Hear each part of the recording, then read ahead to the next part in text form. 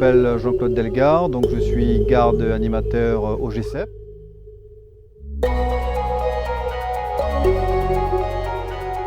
Qu'est-ce que ça fait d'être un animateur dans un espace naturel sensible? Mon métier consiste en fait, comme le nom l'indique, l'appellation garde, donc je fais aussi bien des missions de police de l'environnement. On intervient aussi bien sur les sites, quelques sites du département et les sites du conservatoire littoral. Et puis la grosse mission principale, c'est l'animation, c'est-à-dire que nous, en fait, plein d'écoles viennent nous voir et on monte des projets pédagogiques aussi bien avec le petit public, les scolaires, écoles primaires, collèges, lycées.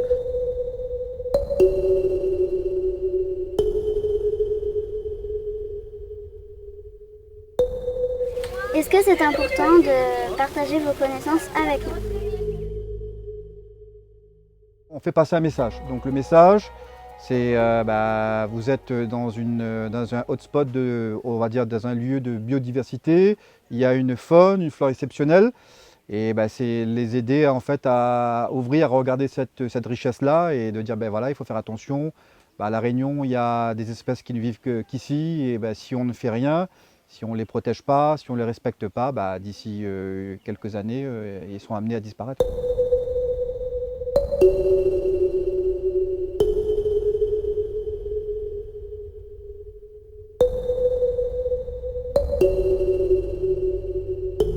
Est-ce que vous pouvez nous raconter l'histoire de cet espace naturel sensible de Sans Souci?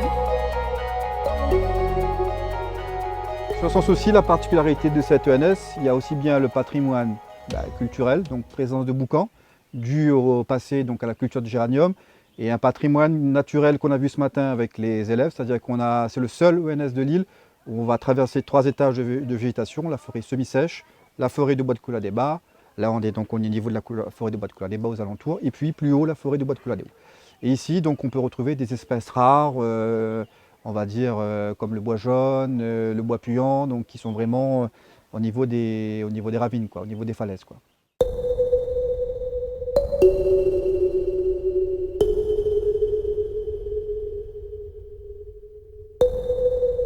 Alors ça y est, on est arrivé donc je vais ouvrir la porte d'un des boucans, donc le boucan du GCEP, Conservatoire de La Réunion. Alors un boucan, c'est ce que vous voyez là-bas en fait, hein. Alors qu'est-ce que c'est qu'un boucan? C'est, on va dire, une petite case sous tôle, donc à l'époque, qu'utilisaient donc les planteurs de géranium. En fait, ils restaient sur site, ça allait de quelques jours à 3 mois, pour en fait cultiver le géranium. Donc c'est, on va dire, sur le site, on a 32 boucans. Ça part d'ici, puis ça monte jusqu'à, on va dire, la partie haute. Voilà. Donc je vous invite à venir et on va déjeuner, on va faire une pause au niveau du boucan.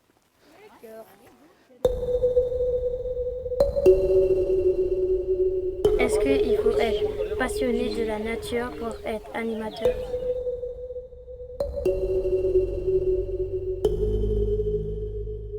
Si on n'aime pas la randonnée, on n'aime pas la nature, on n'est pas sensibilisé, je pense qu'il faut un minimum, quoi, hein. Donc moi, ça fait plus de 10 ans que je suis dans le métier. Donc j'ai été ancien animateur nature sur la réserve de la Roche-Écrite.